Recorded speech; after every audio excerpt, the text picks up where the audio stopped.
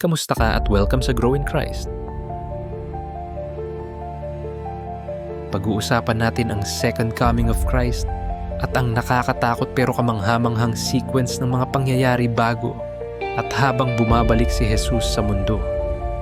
Dapat tayong maging handa dahil hindi natin alam kung kailan darating ang kanyang pagbabalik at sino ang makakaabot sa kanyang pagliligtas. Una sa sequence ay ang rapture ng church. Kukunin ni Jesus ang kanyang mga tagasunod bago magsimula ang tribulation. Ito ang dahilan kung bakit ligtas ang church sa mga darating na hirap.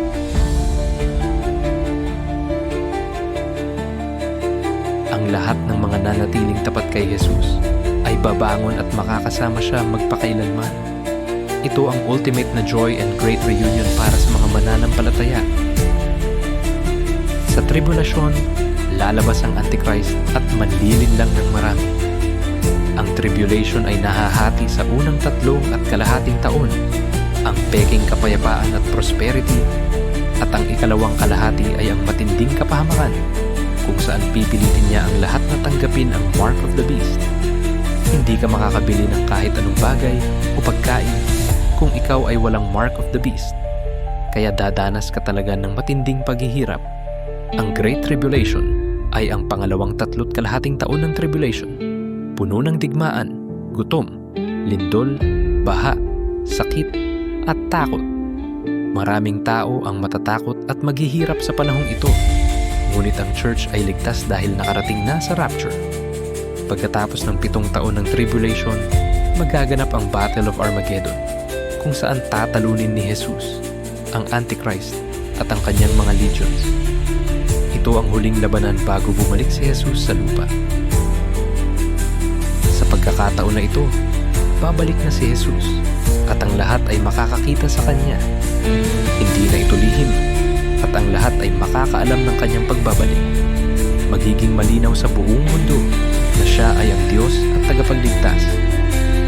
Pagkatapos ng final victory, itatatag ni Jesus ang Millennial Kingdom. Magkakaroon ng 1,000 taon ng kapayapaan at katarungan sa lupa.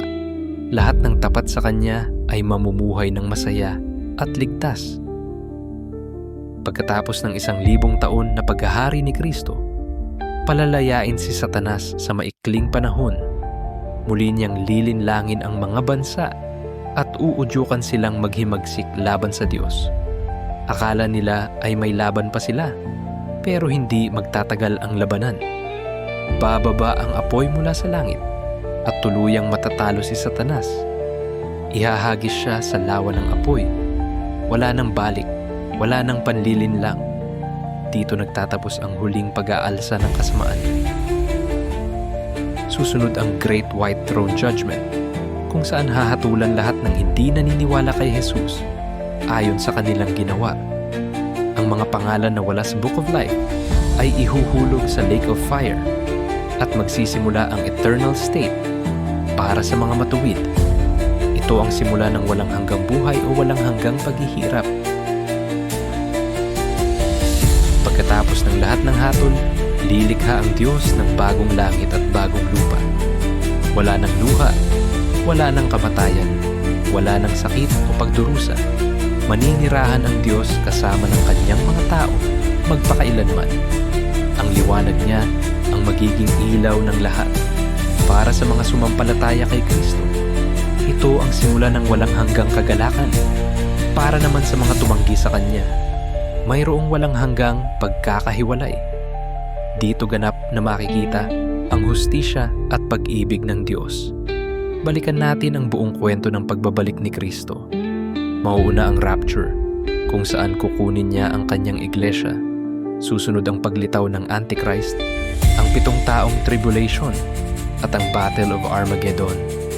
Pagkatapos nito, babalik si Jesus ng hayagan upang maghari sa loob ng 1,000 taon.